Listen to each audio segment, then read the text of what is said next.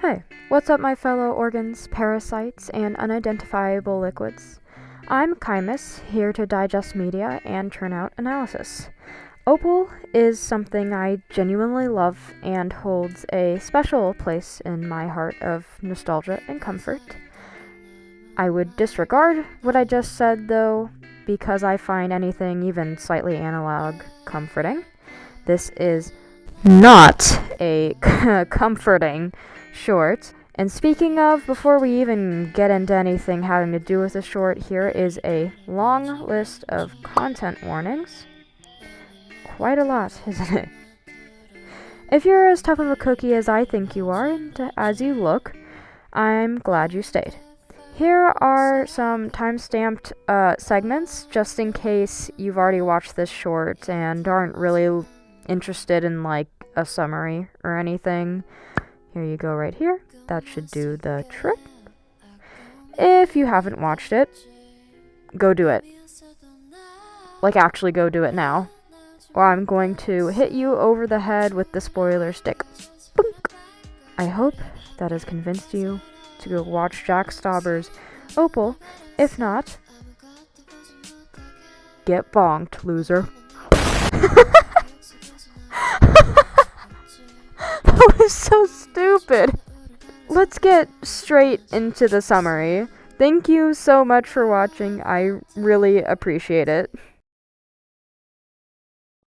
The short opens with dramatic piano music playing in the background as imagery of cigarettes and televisions, mirrors and vanity items, and pills flash across the screen in their own segments. After this, we find ourselves looking at a little girl with a hamburger. Then, her family sings, "We See You, Opal." They beckon her to do something with the burger. Probably eat, because that's what you're supposed to do with items of food, but whatever. We then find out her name is Opal, and she begins to dance on the table with the burger, which sounds pretty funny saying that out loud. Opal finds herself looking at a house across the street, which her parents and just general family encourages her very strongly not to. They send her off to bed, but her curiosity gets the best of her, and she sneaks out, going over to the house. While she's doing this, though, a bright flashing light comes across the screen, and really loud banging noises do as well. Instead of running away, she goes straight into the house. She sees an old blind man watching the TV, or I guess more so actually listening, and she steps on a wrapper, which makes a loud crinkling noise, and he notices her. He calls her Claire and tells her to bring him his cigarettes, remarking that he knows that she is supposedly the one hiding the cigarettes themselves. He then sings a song called "Why Does It Sound So Easy to Breathe?", which we will get to later in the analysis. Afterwards, he says she smells funny and realizes that she isn't Claire. He yells, telling her to get out of the house, and and this makes him fall on the floor in his massive distress, bringing his entire chair along with him. She then runs upstairs, only to hear a charismatic voice call to her saying, "Hey, you just gonna walk by without saying hello?" She stops, and the man with mirrors makes a jab at her ankles, which, not cool, man. He continues saying things like, "I'm just a small growing thing, you can hold me in the palm of your hand," and such, but eventually breaks out into a song called Mirror Man. Again, we'll get into that in the analysis. When he finishes singing, he just continues rambling on about relatively meaningless things. Just then, the old man comes up the stairs, and Opal runs. The mirror man panics and drops one of his mirrors on the floor, saying, "Hey, you know how this makes me feel."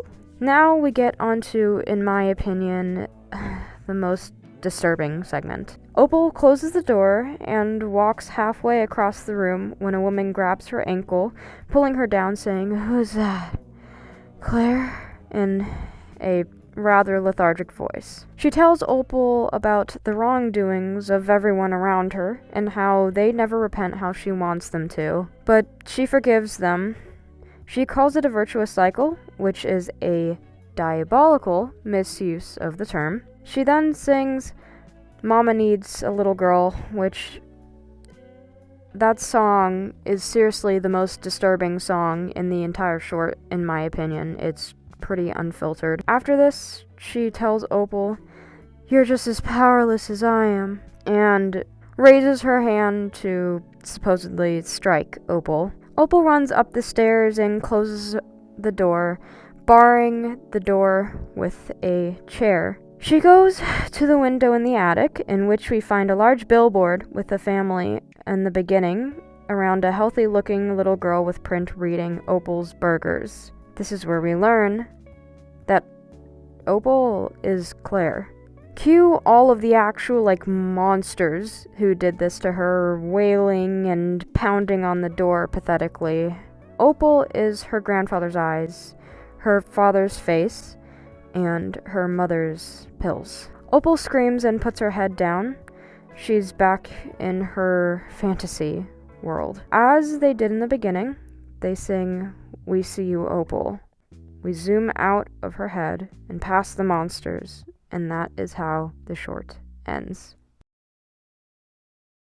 It's kind of difficult to know where to start with this. Opal is a really thought-provoking and beautiful piece of art that permanently changed the way that I think about topics like this. So, no pressure at all. I'll go basic here. Let's analyze from the beginning. Now that we've walked through this short, it's clear that the cigarettes with the TV in the beginning of the short is supposed to represent the grandfather in this short. The mirrors, along with the vanity items, are supposed to represent the father, while the pills with the alcohol are supposed to represent the mother. Something interesting I notice is that all of them are escaping from their problems in one way or another. The last bit of the piano sequence almost sort of affirms this without saying it explicitly quite yet. There's a romance novel called Serial Killer Lover for the mother, a fashion magazine for the father, and a television program schedule for the grandfather. I found it interesting that those were represented in forms of media rather than other things. Even the beginning sequence holds so much more than you would think at first glance. At first, it seems like an odd choice to have the face of the father in the beginning snap from smiling to focused on Claire. But if you're paying close attention to the billboard at the end of the short, you'll find that that's the position he was in. This is where her imagination sort of locks in, and she's coping by entering her own mind. The lyrics to We See You, Opal are, "We see you, Opal, your troubles are miles away. We see you, Opal, and in our eyes you'll stay."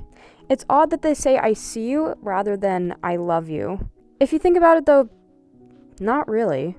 Her family doesn't see her. Her grandfather is quite literally blind. Her father has a mirror in front of his face at all times whenever they interact, and her mother is so high on any hallucinogen ever that she can barely see Opal. And even when they do make eye contact, it's for a very little amount of time, and the rest of the time she's either looking at the ceiling or off to some other area. All Opal wants really is just to be seen and not used. She has huge eyes because the only thing she ever really does in the short is see and listen. Same thing for the imaginary family, but I could just be talking out of my butthole here because they have really large mouths as well. Anyways, snapping back on track, her mother says, "There she is." The father says, "That's my girl." And the grandfather says, "Hi, Opal." Again, not one of them says, "I love you." They simply acknowledge her existence. Opal or Claire at this point touches the burger softly, and her mother says, "Go on, you can do it." This emboldens Opal to start dancing with the burger, which her family cheers on. Again, at face value, this seems like a rather odd decision, but in my opinion, I think she genuinely doesn't know what to do with the burger. We have to remember, this is in her mind. She's incredibly emaciated and malnourished, compared to the kid on the poster, so we can assume she doesn't have a consistent or regular supply of food. This is a little bit of a stretched theory, so take it with a grain of salt, but that's my opinion. We stop our joyous little jig when she sees her real house. Something I found kind of sad is that She became so engrossed with her fantasy that her reality seems fake. She looks curiously at the house. It seems her subconscious is trying to protect her here because the mother goes and closes the blinds, and her father says, "What do we always say? Don't mind the house across the street." The father says it's not where her attention ought to be. They send her off to bed, and as I said before, she goes over to the window because she's curious about the house. We then see an angelic presence and a wailing noise coming from the attic window. This feels almost like a crying, mournful type noise rather than just a song. Again, it feels like her subconscious is trying to say something here. When she sneaks out and that loud noise comes on with the bright light, I can't for the life of me figure out what that actually was. If you know, tell me like down in the comments. My best guess is it was probably a neighbor going into her house and thought she was an intruder, maybe trying to scare her off the property? That might not be too absurd to assume just because I think the fantasy part of the short is finished, because she's actually outside of her house going in. When we see the grandfather watching the television, I don't think he's actually necessarily watching it. He's probably just listening to it because, well, he's blind. There's always the possibility of partial blindness, I guess, but I digress. Something I noticed when Claire steps on the candy wrapper is that there are tissues on the floor next to it with blood on them. I think this is a hint to the damage that the grandfather has done to his lungs before we even get any sort of actual proof that this is happening. The dude's literally coughing up blood. When she's noticed, he tells her to bring him his cigarettes, but then also adds that he knows that she's the one hiding them. I think there's two interpretations to this bit. Either she was legitimately hiding the cigarettes, trying to get him to stop smoking, or he's blaming her because he's too disoriented all the time to know where they are anymore, and also he's blind. Something tells me it was the second option, though, because she finds them literally just sitting on the floor. A pattern you'll begin to notice is that every single one of the adults in this house believe Claire either owes something to them or thinks she is genuinely interested in them. The grandfather says, "Just like these salesmen, you're more interested in me than anything you've got going on." He's quite literally assuming here that Claire basically lives for him. People like to call the father the egotistical one, but more than anything, I think he's vain. The grandfather is the most outright egotistical out of all of them. In Tell Me Why It Sounds So Easy to Breathe, he says the salesmen fight over him like dogs, almost like he believes they exist for him and are fighting over him specifically. Something I'd like to mention real quick is that the labored breath you hear before he sings genuinely disturbs me. I don't know why, it's just something about that noise gets my soul churning in the worst/best way possible. Speaking of his breathing, he asks why everyone can breathe so well on the television. Here comes the theme of sight again. He says he can't see why it's so easy to breathe. He's both blind figuratively and literally. He says, "I'm popular here," and that they all sing to him specifically. I think he believes he's genuinely loved and adored because of the television. The nature of television is to feed oneself. That's why it's so enticing to people. He doesn't see this, and for lack of a better term, he becomes a sucker. After this song, he says, "You smell weird." Again, another thing that sounds kind of silly, but when you actually watch the short, it feels a lot more serious.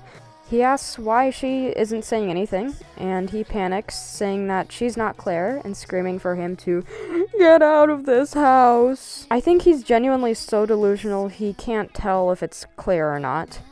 That big parasite gets so riled up that he falls face first. This is when we find out he's actually blind because his glasses fall off and his eyes are all smoky. Smoky. Cigarettes. Eyes. Smokiness. Haha, I'm so funny. She runs upstairs and stops dead in her tracks, seeing a door. The same angelic, mourning, wailing voice comes from that door. As she walks towards it, her father scares her by saying, "Hey, you gonna walk by without saying hello?" Now, Bear with me here. The father says a lot of mumbo jumbo that you kind of have to dissect a little bit because he just says it in such rapid succession, and he says a lot of it, so this might get slightly convoluted, but I'll try my best here. In a deeper voice, he says, "Look at me!" And in his regular voice, he says, "They are going to be kicking themselves." He gasps, remarking that he looks really good in whatever he's wearing. First thing to note here is that the voice changes. I think the deeper voice is supposed to be his less presentable, more menacing thoughts. When he says, "Look at me," it doesn't sound as though it goes along with the sentence it's supposed to. It feels kind of like a command, like he's telling Claire to look at him. Second note is that I think his regular voice is supposed to be his more presentable, passive-aggressive side.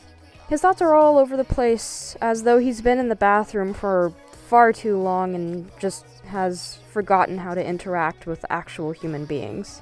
In his regular voice, he says, "Glad I don't have your ankles, though.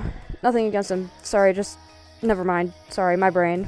And in the deeper voice, he says, "Fix it," and then adjusts the mirror to face him in another, more appealing angle. He's clearly insecure about his own looks, so to make himself feel better, he has to take a jab at Claire's appearance. When he says, "Fix it," he's more obviously referring to fixing the angle of the mirror, but something tells me it has a bit of a double meaning. Maybe fixing the awkwardness of the situation, or telling himself to fix his brain. Then to a literal child, he says, "I'm just a tiny growing thing, it's part of my journey," in his normal voice. Nursery-like music plays in the background as this is going down. Not only does he take out his insecurities on Claire, but he also justifies it by saying to an actual child that he's still a tiny growing thing. Like, let that sink in. He's saying this to an actual child. He's literally infantilizing himself here. Then he says something negative about his skin, again affirming the insecurity. And then he says, "You could hold me in the palm of your hand." No comment, I just really don't like this guy. He says, "Hold on a second," in a deeper voice, and in his normal voice he says, "You act like I'm a complete stranger." And mid-thought, he adjusts the mirror. He can't even talk to her for more than a second. It always has to be about him. He proceeds to ask why people are being so negative, and for the third time references being a tiny growing thing on a journey. After a little bit more conversation, he begins to sing Mirror Man.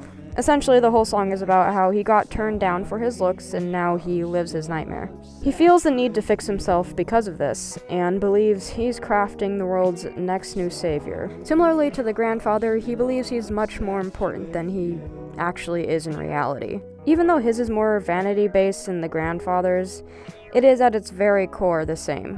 After this song, he continues rambling on about something unimportant, and the grandfather climbs up the stairs screaming. When Opal runs away, the father cries, "Where are you going? You know how this makes me feel," and breaks a mirror trying to get up. Even in this final line, all he's thinking about is how it's hurting him. Now, something I'd like to say is that a lot of people think the father is the least of the abusers. I beg to differ. He operates on emotional abuse. It's definitely different from the mothers or the grandfathers, but over time it can be just as damning.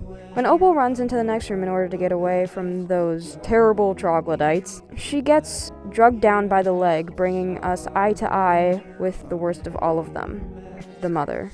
She says, "Who's that? Claire? You gonna be a person today?" Right out the gate, we have an odd line. I personally believe this is projection, similar to what we got with the father beforehand. Then she says, "Goodness exists. If I wait, Claire, and I sit still, it will arrive." Her thoughts are disjointed and strange. It feels like she's trying to loosely connect the threads to things that simply don't go together. She believes that if she waits, good things will come to her, no matter what she does. She uses this as an excuse to continue doing what she's doing. "You should be more considerate, honestly, but I forgive you. I forgive every single one of you, each and every night. It's a virtuous cycle." So much to unpack in this line. so much. At first, it seems like she's wrongfully forgiving Claire for interrupting her sitting still. Then it feels like she's angry at everyone else for a reason we just can't quite grasp. Something tells me she's blaming her unhappiness and woes on the people around her rather than facing what's actually happening. In a state of delusion and lethargy, she calls the entire thing a virtuous cycle. For those who don't know, a virtuous cycle is when something good happens, and it causes more good things to happen, which reach the origin point and cycle all over again. Quite frankly, this wouldn't even be a vicious cycle. It's a rather gross misuse of the term. How did things get so bad? I feel terrible for all the things. I feel terrible. This is pretty self-explanatory.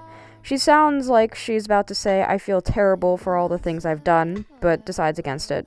Really shows her mentality. Then she projects onto Claire again and says, you and I don't live, Claire. We survive. She's right, but for completely different reasons. Claire is forced into this situation. Her mother, on the other hand, made this bed and lay in it with ease. Her song is much different from the others. It doesn't have a mask of a catchy tune like the others do. It's much more blunt about how the mother actually thinks. In her song, Mama Needs a Little Girl, she switches up the roles. She says how she needs a little girl to land on, to fall in her arms, to take good care of her.